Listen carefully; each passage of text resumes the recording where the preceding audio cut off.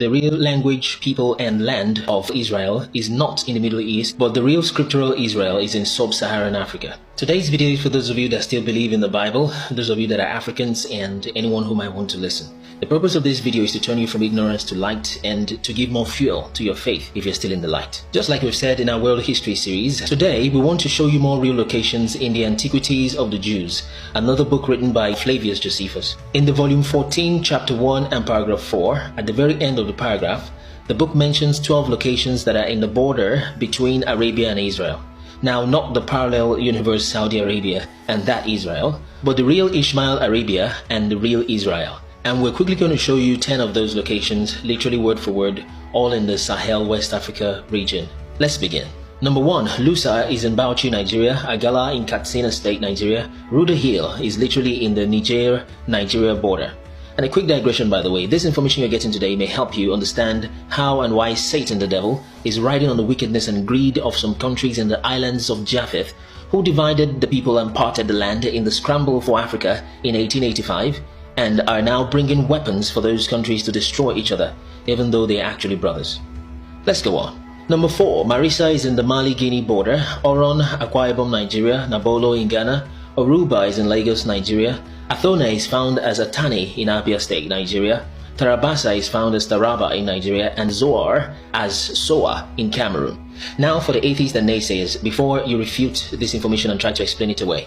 Consider this for a moment. What is the probability that in a book written centuries ago, 10 random locations were mentioned as a region in a border, and all 10 names were found, not scattered, but along almost a straight line in the same region of West Africa, which has all the previous proofs and maps we've seen thus far, and more? As usual, we are not selling you anything, but do well to share this video with someone, subscribe, and then have access to the materials and the maps in the YouTube description. Finally, Hebrews, Africans. If you didn't get any of these, get these 3 things. Number 1, know your enemy. Number 2, remove your wicked leaders. And number 3, just like our father Enoch and the anointed one Yeshua told us, love one another. Thank you for watching. The land of Canaan, which is modern-day Jerusalem, was on the continent of Africa.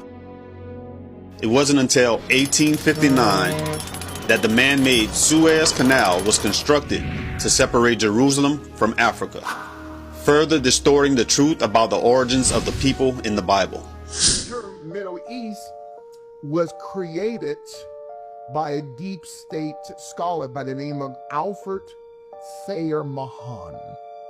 Alfred Thayer Mahan, M-A-H-A-N, in 1901 created the term Middle East.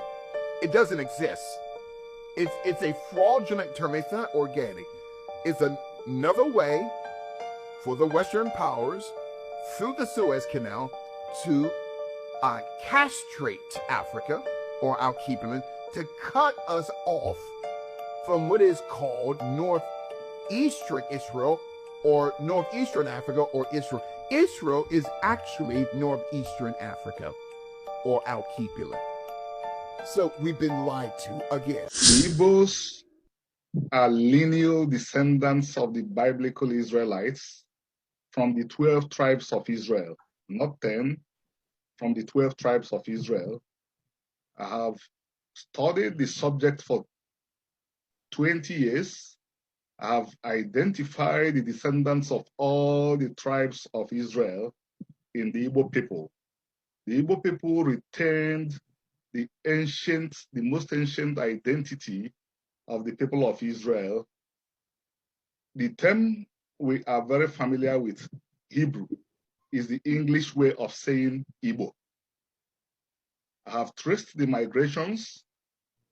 In fact, the Levites among the Igbos still do what the Levites were commanded to do in the Bible.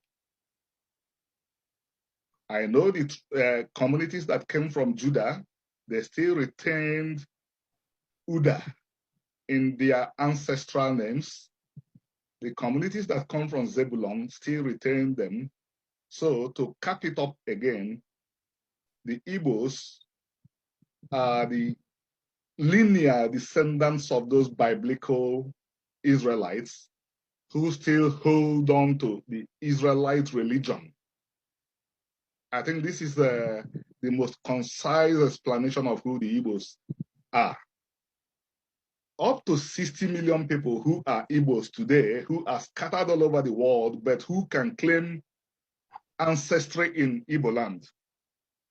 These 60 million people are still deeply connected to the Israelite religion called Omenana in the Bible too. In Deuteronomy 6:4, the Lord told the Israelites through Moses, these are the things you will do in the land. This is exactly what you get if you get Omenana. If you translate this to Igbo, and Omenana to the Igbos means things you will do in the land. But after the slave trade wound down, the transatlantic slave trade wound down, Britain marched into Igbo territory, conquered the Igbos after 33 years of war, imposed Christianity on the Igbos, and some Igbos became Christians. So 60,000 to 40 to 60,000 of those people that became Christians have left Christianity and began to adhere to the religion Rabbinic Judaism, which they see as their way back to their ancestral religion of Menana, which is the Israelite religion, which is the religion that gave birth to Judaism. By the way, this Borno means the Lake of Noah. You know, that's the meaning of Borno. In National Geographic Magazine, 1918, volume 32, page 395. So let's read from that document. Look at in this kingdom. Now, this is their Western world's proof, their resources. So he said, in this kingdom of Amenuam, there enters a branch of the river Euphrates, Niger. And it says this river has 3 branches, etc. You know, the way it goes to the river state Nigeria and all that, the rivers are divided. And it says here that which are very populous, referring evidently to the river Benue, a tributary of the Niger River. So it's saying here that there's a river that is called Euphrates there. This is a completely different resource. It's not the same one as the other one, you see. So it's not like one person just making things up. This is a completely different document to that one. I'll just stay on that Euphrates because it's very important. By the way, Genesis 2. Africa, Nigeria, so that is the Garden of Eden. That whole place is the Garden of Eden. You mean the whole of Africa or just... Generally. Do you know the meaning of Al-Cable land? Have you heard it before? Al-Cable land is an ancient name for Africa that means mother of mankind. Or Garden of Eden. Yes. So they've messed up that garden. And that's where the 4 rivers are. Euphrates, Tigris, Edekel, Pison. I mean, those 4 rivers. That's it. Right there. So why did they change everything? Because they need your land. They need your resources. Let me just pop up one of the maps. So this is Nigeria, right? Isn't it? Yes. Zoom out. This is West Africa, isn't it? Yeah, Nigeria. Yes. Somewhere here. So this is the kingdom of Judah.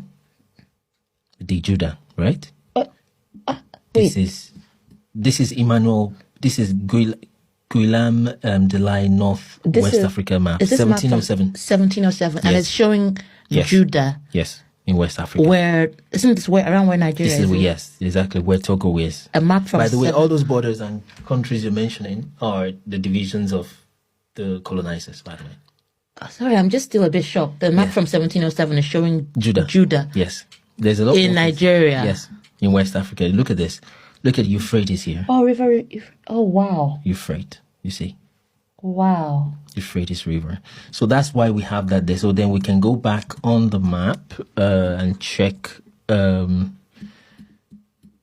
mean, you could just go on. By the way, the reason why it took that long, like 5 years, is the time to design this, okay? And to put all of these things there. If you, for example... Sorry, you're so used to this information that your mind's not blurred. Me, I'm still a bit frozen. Yeah, I need to breathe a bit. No, I'm just shocked that I'm just... We can have a commercial break. Yeah, I'm seeing a map from 1707 and I'm seeing Kingdom of Judah. Yes. Where Nigeria is. Yes. The real Tigris is this Nile here, and the real Euphrates is the river Pra in Ghana, flowing into Niger Benue River. Wait a minute. Wait, back up. Hold on. Yeah, you see, reverse. Say that again. The real Tigris is the Nile here. The rivers of Egypt is River Nile. Yes. And the real Euphrates is these rivers in West Africa, flowing into Central Africa. And you called it River Pra. Exactly, the Pra. So when Euphrates gets into Ghana, the name for it is Pra. Exactly. When it gets to Nigeria, they call it Niger River, of which it was some European guy who came there and called it Niger River. Niger does not mean anything. It's just the Portuguese word for black. Look at the word, Euphrates. Euphrates is a Greek kind of thing. This U is a Greek word. The real word is the Pra there, or the Fra. Look at it, Prat. I don't know if you can see this. Euphrates River.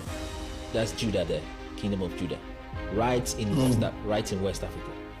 Ask yourself the questions that you've been told not to ask even in the church. It's questions that make you learn.